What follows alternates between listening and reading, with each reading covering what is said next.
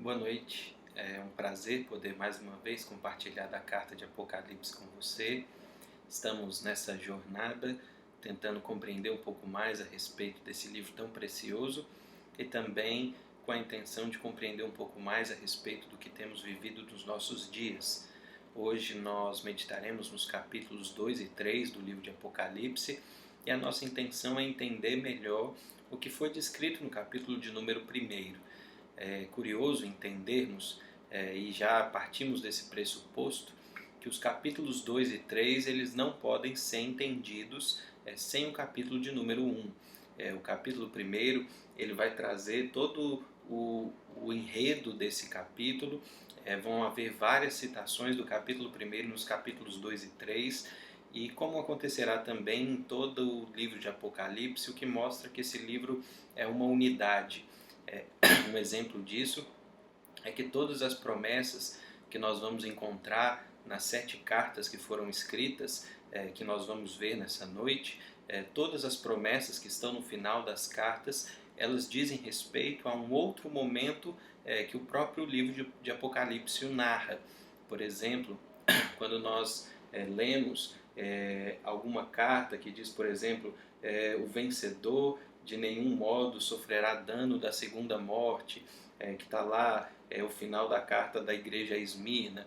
Nós encontramos isso no final do livro, nos capítulos 20 e 21, onde nós vemos que uma segunda morte é impossível ser vivida por aqueles que já experimentaram a bênção do Senhor. Também podemos ver a respeito da árvore da vida que se encontra no paraíso. Isso está descrito em Apocalipse 22. Todas as promessas para todas as cartas, elas estão descritas no restante de Apocalipse.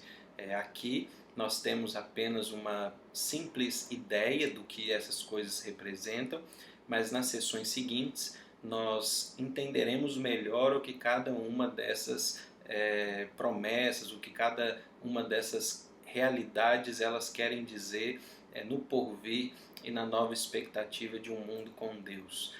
Por isso que essas cartas elas dizem respeito a todas as Escrituras, todo o livro de Apocalipse, e elas fazem unidade, elas fazem coro com todas as promessas ainda por vir da Igreja de Cristo e do que Cristo prometeu à Igreja. Nós hoje vamos ler 7 cartas. Essas cartas elas foram separadas porque elas eram 7 igrejas naquele período em que João estava preso na ilha de Patmos, 7 igrejas que estavam reunidas. Entretanto, essas cartas elas não são exclusivas para as igrejas que elas estão direcionadas. É curioso a gente entender que as palavras elas têm também significado, apesar do grande simbolismo no livro de Apocalipse. Algumas coisas elas fazem sentido literal mesmo.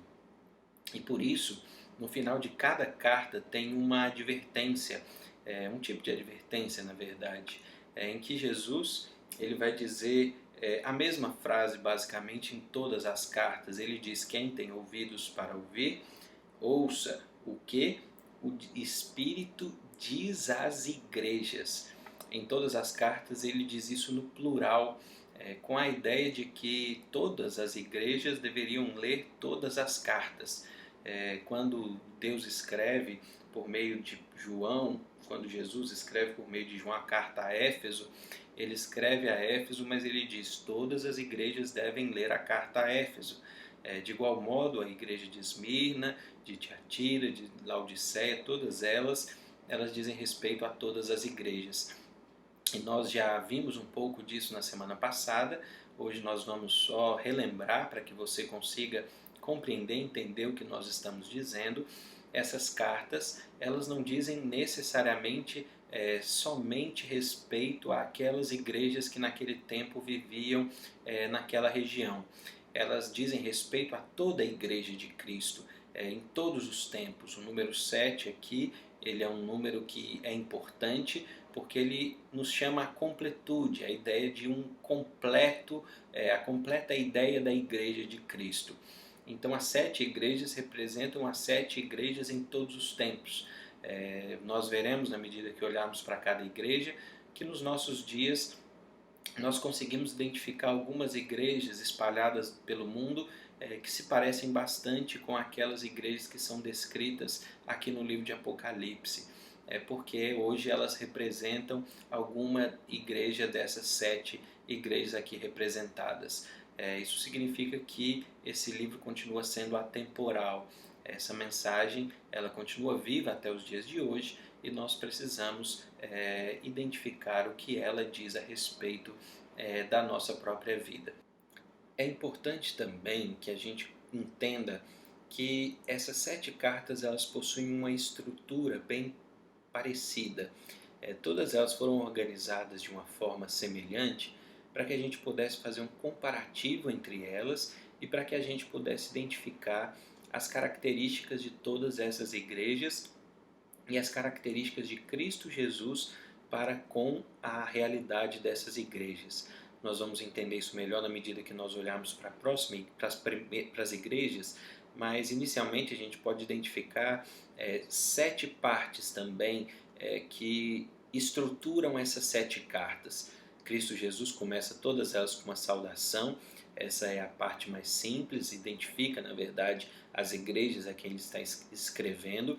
Depois ele apresenta uma autodesignação, onde Cristo Jesus ele apresenta a sua característica que é importante a essa igreja, como por exemplo, aquele que possui na mão direita 7 estrelas. Todas as igrejas elas trazem uma autodesignação de Cristo Jesus. E todas essas características de Cristo Jesus a gente encontra no capítulo 1, quando João vê aquele que estava falando atrás dele, e ao olhar ele vê a imagem de Cristo, e ao ver a imagem de Cristo ele pode perceber algumas características dele, e essas características agora elas vêm à tona em todas as 7 cartas. Depois Cristo fala a respeito do que ele aprova na vida dessas 7 igrejas. Posteriormente, como quarto ponto da estrutura, ele fala sobre o que é condenável na vida da sua igreja, de determinada igreja. Quando ele diz tem, porém contra ti, ele diz isso basicamente de todas as igrejas, exceção são as igrejas de Esmirna e de Filadélfia, que não possuem algum tipo de condenação.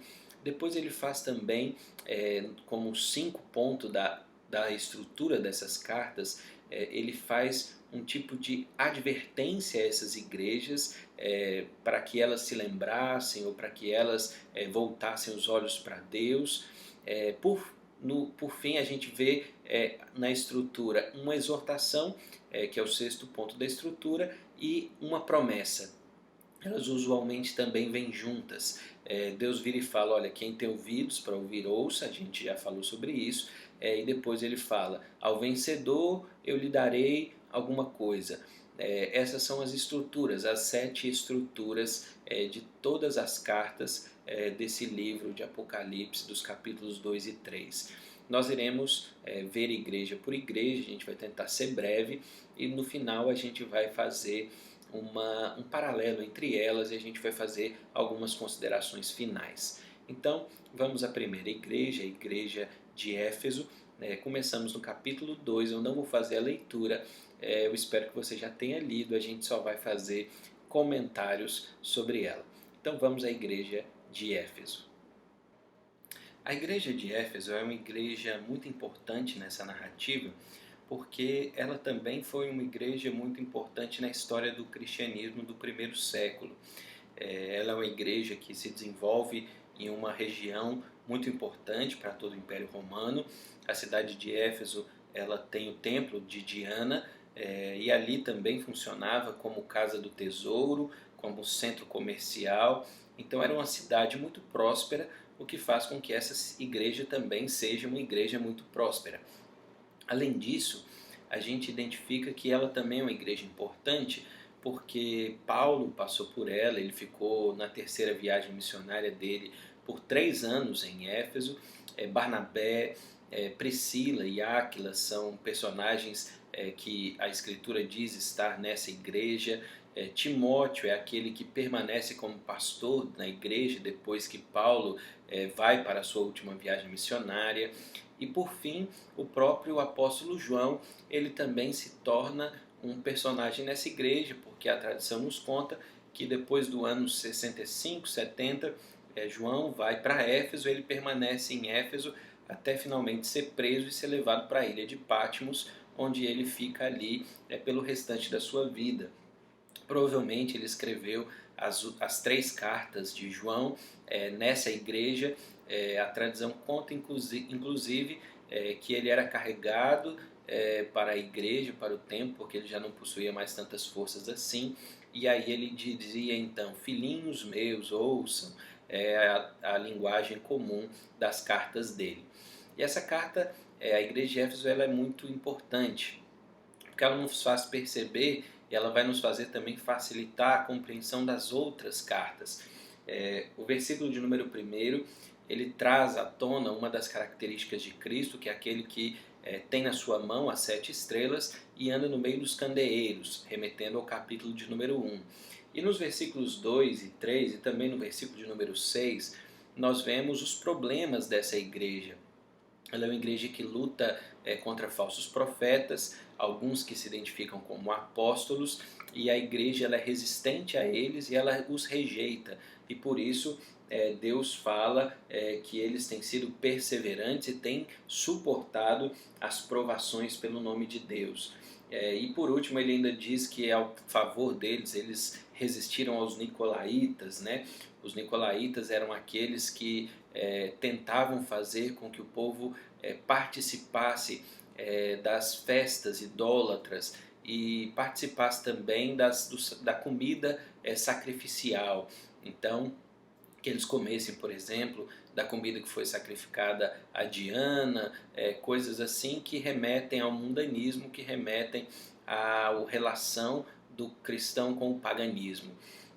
E no meio disso tudo, Cristo Jesus ele vai falar para essa igreja, no versículo de número 1, que ele tem nas suas mãos as 7 estrelas, que representam os anjos das igrejas, que são os pastores, né, das igrejas.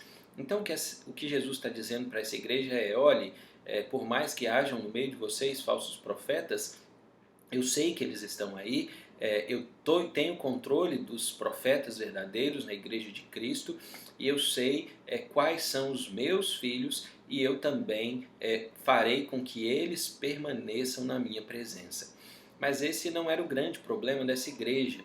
O grande problema dessa igreja está descrito no versículo de número 4, que é o fato deles terem abandonado o primeiro amor. Eles perderam o amor que eles tinham por Cristo Jesus e pelo Evangelho.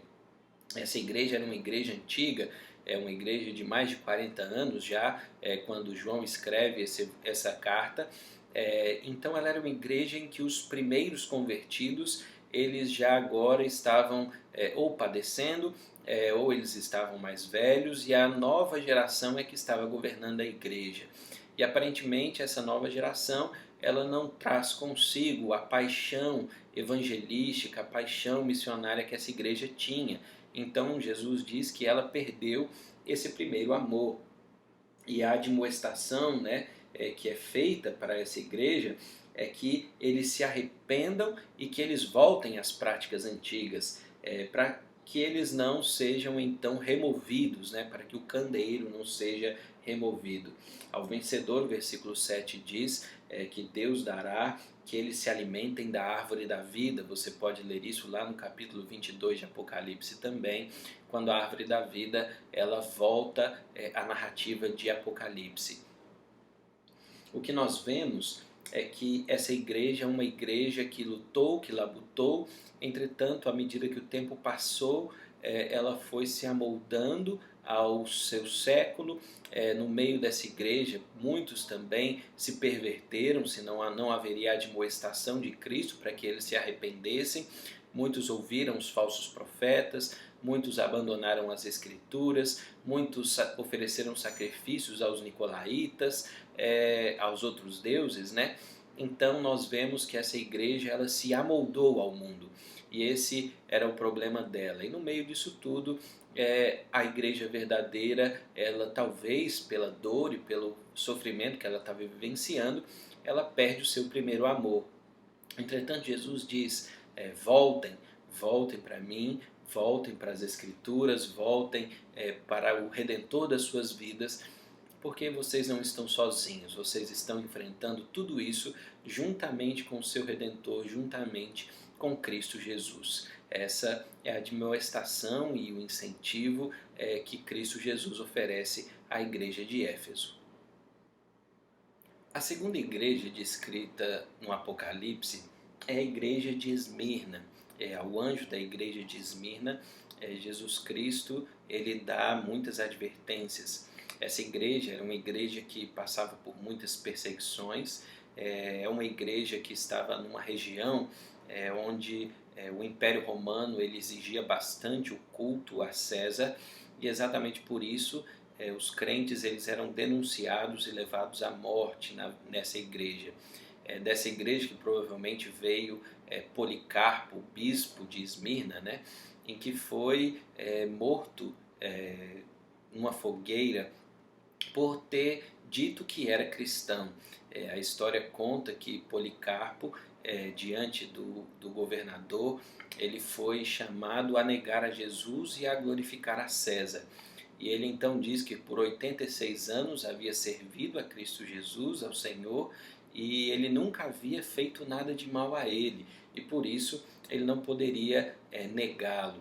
Então, por mais 2 vezes, o governador o intima a rejeitar a Cristo e a glorificar a César, e por fim ameaça-o de lançar a feras ou lançar ao fogo. Então Policarpo dá uma bela resposta ao dizer que ele se preocupa com um fogo que pode durar 1 hora, mas ele não se preocupa com o fogo que pode durar a eternidade. E por isso ele incentiva então os seus maltratantes, né, a matá-lo, e ele é lançado na fogueira e ele morre aos 86 anos de idade, martirizado pelo Evangelho de Cristo Jesus. Isso nós só narramos para que você entenda que é uma perseguição intensa que essa igreja sofre. E então, Cristo Jesus ele chama a atenção, no versículo de número 8, que ele, a característica que ele traz é que ele é o primeiro e o último, o que esteve morto e o que tornou a viver. Ele está chamando a atenção de que ele é aquele que ressuscitará a sua igreja como ele mesmo foi ressuscitado por Deus. Ele chama essa atenção porque essa igreja é uma igreja que vive por grande tribulação. O versículo de número 9 fala da pobreza dessa igreja. Entendamos uma extrema pobreza naquela cidade. Muitos, ao se dizerem ser cristãos, eram demitidos do seu trabalho, não conseguiam mais emprego, eram pessoas que eram perseguidas mesmo na sociedade por serem cristãs. Além disso, existia a perseguição dos judeus, que aí são chamados de sinagoga de Satanás pelo próprio Cristo Jesus, porque eles blasfemavam, né, quando eles diziam ser povo de Deus, mas na verdade eles estavam servindo Satanás. A história conta que eles denunciavam os crentes para que eles fossem martirizados por César. E assim o povo de Deus padecia também por causa dos judeus. Entretanto, ali há muitas advertências a respeito da perseguição que eles também sofriam. Então a igreja que sofria com a pobreza, sofria com perseguição e estava prestes a ser entregue, né, à prisão e à morte, que é o que nos diz o versículo de número 10. Deus sabe, é isso que ele está dizendo, que eles têm muitas coisas a sofrer. Ele os adverte que eles ainda serão presos e por um período de tempo eles ficarão presos. Ele usa o período de 10 dias. Aparentemente isso mostra um período não tão longo assim, mas também não tão curto. A ideia é de um período relativo, mas que gerará uma tribulação, um sofrimento grande, e por isso isso colocará o povo de Deus à prova no meio das suas tribulações.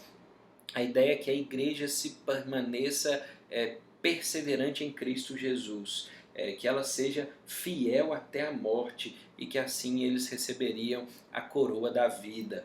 E por fim ele diz, versículo 11, quem tem ouvidos para ouvir o que o Espírito diz às igrejas, e ele diz: o vencedor de nenhum modo sofrerá dano da segunda morte. A primeira morte, o dano, eles sofreriam, mas a da segunda morte não. Essa é a promessa de Cristo Jesus. Eles padeceriam, eles seriam provados nessa vida por grandes tribulações, mas na segunda vida eles teriam paz eterna com Cristo Jesus.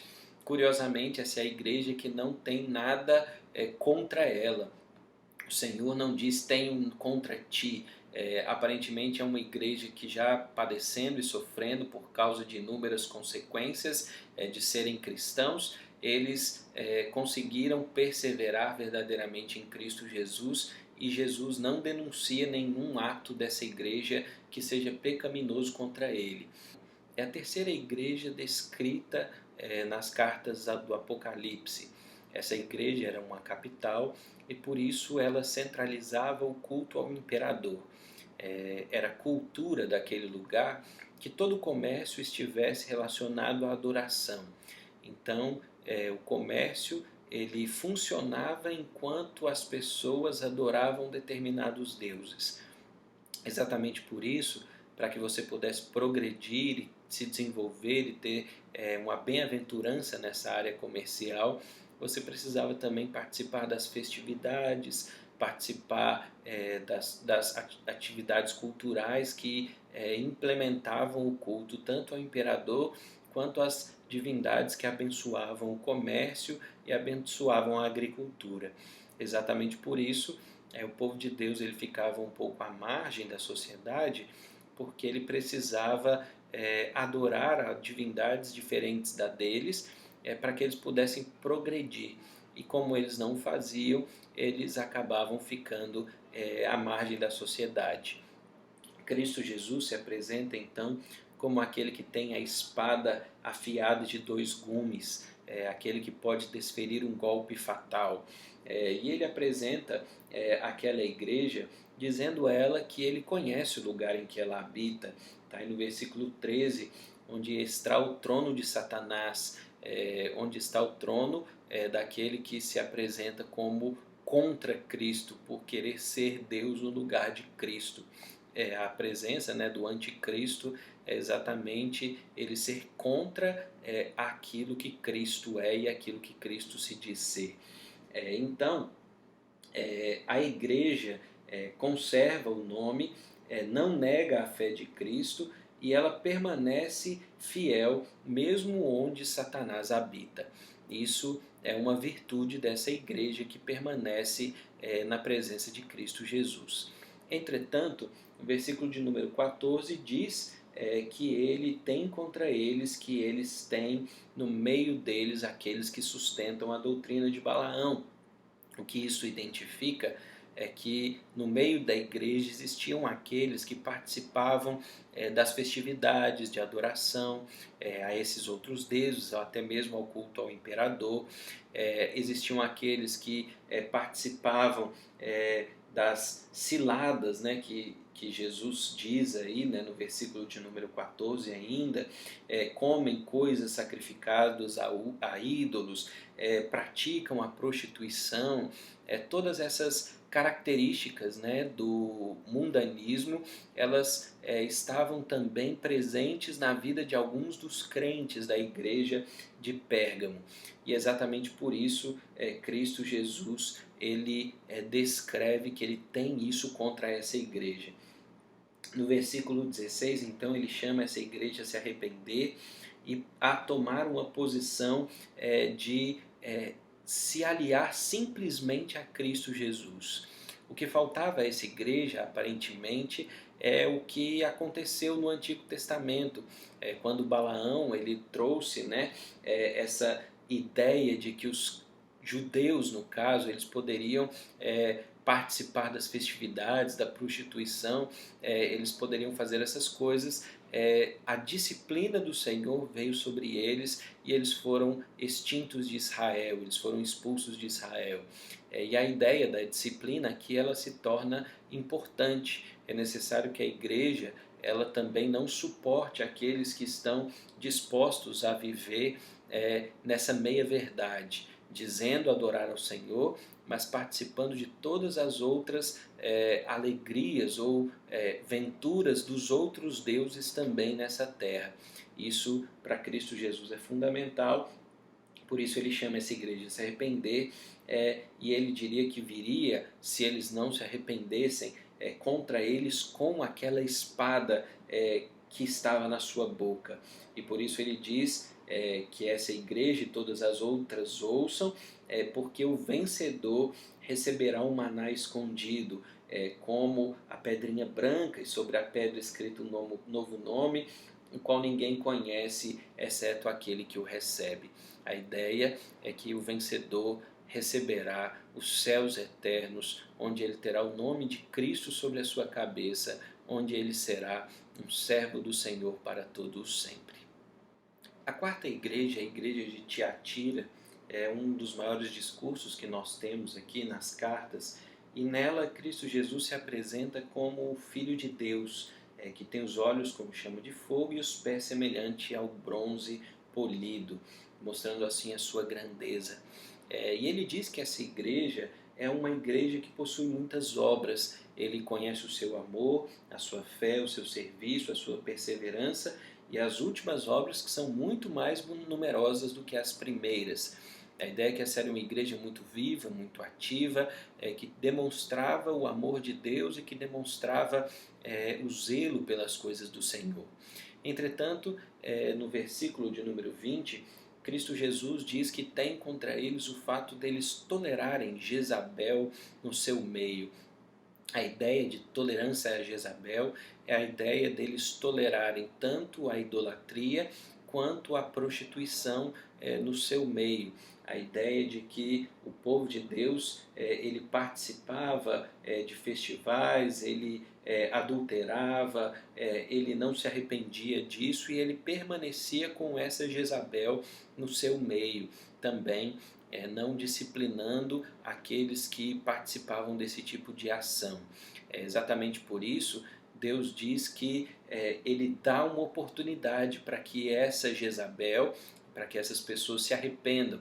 Entretanto, se eles não se arrependerem, se eles não se voltarem a Deus e eles não entenderem que o seu pecado é pecaminoso e é destruidor, o Senhor matará os seus filhos, acabará com as suas igrejas, e ele porá um fim nessa narrativa. Deus mostra misericórdia porque ele dá um tempo para que eles se arrependam. Entretanto, ele não permitirá que isso se prolongue para sempre, e se o pecado permanecer, ele dirá que os rejeitará e os punirá por causa disso. O que é curioso nessa carta é que no versículo 25 e no versículo final do 24 e no 25, ele diz que ele não porá outra carga sobre eles, pois aparentemente a carga de suportar essas provações já é muito pesada. Então o Senhor ele dá um tipo de misericórdia a mais para essa igreja. E ele diz: conserve o que vocês têm até que eu venha. E ao vencedor ele dará a autoridade das nações, aquele que é o soberano das nações, aquele que é o grandioso das nações, como ele mesmo se descreve, né? O Filho de Deus, que tem os olhos de fogo, os pés semelhante ao bronze polido, sua grandeza, sua magnitude. Ele fará dos seus filhos autoridade sobre as nações. Ele abençoará eles e ele fará com que eles estejam na presença do Senhor por toda a eternidade. Então, essa igreja, ela se arrependesse, também estaria com o seu Deus para sempre. A igreja de Sardes é a próxima igreja a ser descrita, e ela é uma igreja que padece de um problema um tanto quanto diferente das outras igrejas. Sardes não vive em um momento de perseguição, ela não está passando por tribulações, ela não vive com pobreza, aparentemente ela vive um tempo de paz e de tranquilidade. E então, Cristo Jesus se apresenta a eles como aquele que tem os 7 Espíritos de Deus e as 7 estrelas em suas mãos, e que conhece as suas obras. E as obras que ele conhece não são obras boas. Pelo contrário, ele diz que as obras dele são que tens nome de que vives e estás morto. A ideia de que a igreja de Sardes era uma igreja que aparentemente era a igreja de Deus.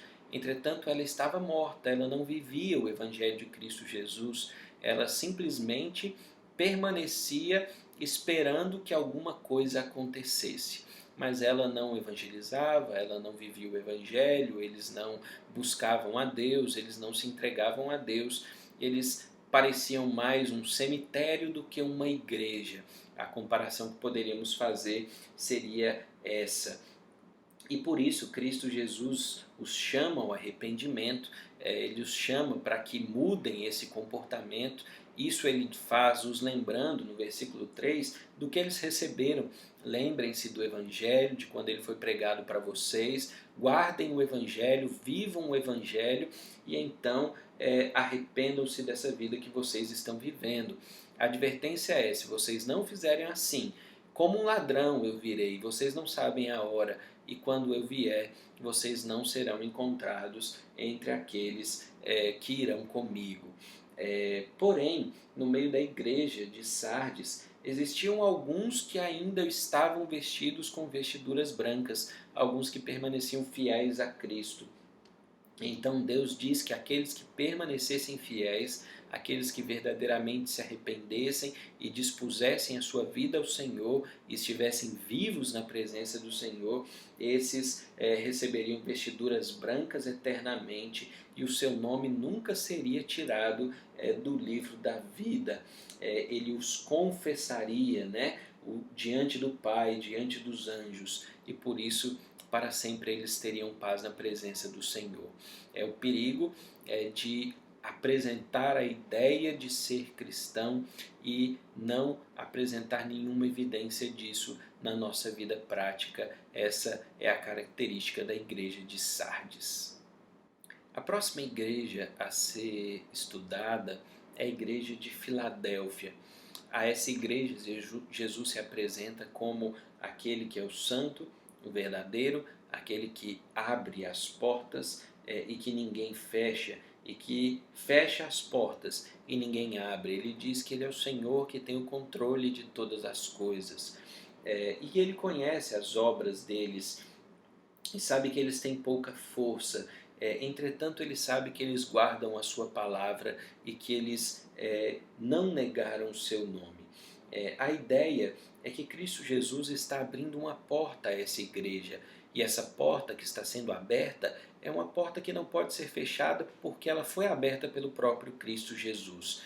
Isso entra em contraste com a perseguição que é citada no versículo seguinte, pelos que se declaravam judeus, mas não são, mas são sinagoga de Satanás, mais uma vez declarados assim pelo próprio Cristo Jesus. E eles, segundo Cristo, se prostrarão diante do progresso daquela porta que está aberta diante do povo de Filadélfia, da igreja de Filadélfia. A ideia que está sendo apresentada aqui é que apesar dessa igreja talvez ser insignificante, ser pequena, ser frágil e ser motivo de zombaria diante dos seus inimigos, para Deus essa igreja era a igreja que seria usada para a proclamação do Evangelho, para que o reino de Deus ele pudesse alcançar mais vidas e transformar corações. E uma vez que essa porta é aberta por Cristo Jesus, nunca ninguém poderia fechá-la. Então, os seus inimigos veriam o progresso do Evangelho, veriam o progresso dos servos de Deus. E ao progredirem, os seus inimigos iriam ver a bênção de Deus sobre eles. Para essa igreja também, o Senhor diz que vem sem demora, o versículo 11, e chama-os a conservar o que eles têm, para que ninguém tome a tua coroa. A ideia que vai ser apresentada é que ao vencedor, o Senhor colocará a sua bênção e a sua misericórdia sobre eles. Ele diz que eles serão coluna no santuário de Deus, que ele gravará o seu nome na cidade de Deus, na nova Jerusalém que vem dos céus, vinda da parte de Deus. Eles receberiam o novo nome, o nome de Cristo Jesus. Permanecer fiéis, proclamando o Evangelho, estando confiantes de que quem faz a obra é Cristo Jesus. e nisso progredindo com o nosso trabalho com Cristo Jesus. Esse era o grande desafio da igreja de Filadélfia. A última igreja que nós vamos analisar é a igreja de Laodiceia. Talvez sejam as palavras mais duras de Cristo Jesus às suas igrejas. A essa igreja, Jesus se identifica como o Amém, a testemunha fiel e verdadeira, o princípio da criação de Deus. A igreja de Laodiceia é uma igreja que é chamada de uma igreja que não é nem crente nem fria. E Jesus diz: quem dera se fosse frio ou quente. É assim, porque és morno e nem és quente nem frio, estou a ponto de vomitar-me da minha boca. Essa igreja era uma igreja que considerava-se uma igreja autossuficiente. Era uma igreja que tinha características de ser uma igreja muito rica, independente, e que não via muita necessidade de se dedicar ao Senhor, porque ela acreditava que ela sozinha poderia suportar as suas próprias provações. Mas Cristo Jesus, ele diz para essa igreja que apesar da sua riqueza, apesar de serem abastados, eles eram infelizes, miseráveis, pobres, cegos e nus, porque apesar deles terem tudo o que o mundo poderia oferecer a eles não tinham a paz e a graça e a presença de Cristo Jesus, e eles estavam então distantes do verdadeiro Senhor de toda a terra. É por isso que no versículo 18, Jesus os aconselha. É interessante porque ele não os ordena, mas ele os aconselha a comprarem ouro refinado dele, de Cristo Jesus, para que ele pudesse ser o principal para aquela igreja, para que aquela igreja pudesse estar à sua presença para sempre. Cristo Jesus, ele usa essa expressão, vomitar da sua boca, para mostrar para eles o quanto eles estavam em desagrado da presença de Cristo Jesus. Mas é curioso identificarmos que ele não diz que ele iria vomitá-los, mas que ele estava a ponto de vomitá-los da sua boca. A ideia é que ele ainda estava dando uma chance a essa igreja para que ela ouvisse a voz de Cristo Jesus, se arrependesse e se voltasse à presença de Cristo Jesus, cumprindo a sua missão nesse mundo e proclamando o evangelho da verdade de Cristo Jesus.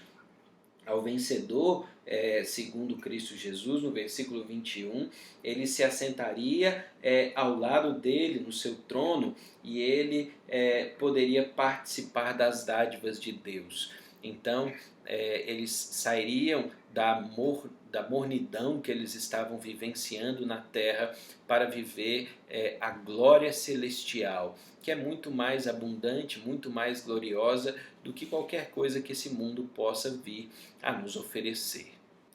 O que podemos ver é que todas essas igrejas, elas manifestam uma ideia de atemporalidade. Todas elas expressam que até os dias de hoje, essas igrejas elas ainda se fazem reais no meio da igreja de Cristo Jesus. Apesar de naquele tempo existirem aquelas 7 igrejas, elas representam toda a igreja de Cristo Jesus em toda a dispensação, da sua ressurreição até a segunda vinda de Cristo Jesus, quando por fim a tribulação acabará e terá o seu fim decretado. Até lá, a ideia que está sendo apresentada aqui é que a igreja de Cristo Jesus precisa continuamente voltar-se para Deus, arrepender-se do seu pecado e continuar a brilhar. Uma característica que se coloca em todas as igrejas é que todas elas são tentadas por 3 principais motivos de afastá-la da presença de Cristo Jesus. O primeiro motivo é a perseguição, quando ela é provada pelos homens, quando ela é provada pelo Estado, quando ela é provada fisicamente, quando ela é provada pela própria cultura, ela acaba passando por tribulações nesse mundo e isso gera a ela desconforto e dor.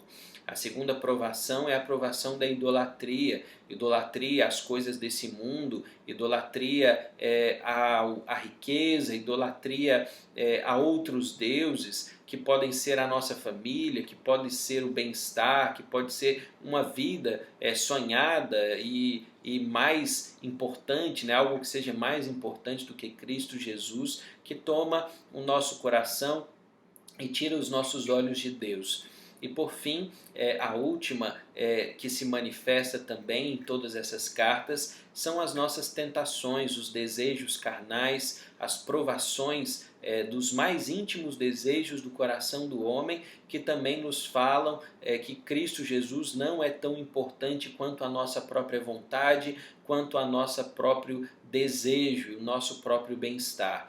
Tudo isso afasta a igreja de Deus, de Cristo, e faz com que ela deixe de brilhar. A ideia dessas cartas não é dizer para essas igrejas que elas estão perdidas, mas é chamá-las ao arrependimento. É virar para essas igrejas e dizer: olhem, ouçam a voz do seu Redentor, eu continuo reinando, eu continuo sendo o Senhor de toda a terra, eu continuo chamando a minha igreja ao arrependimento para que ela seja luz no mundo.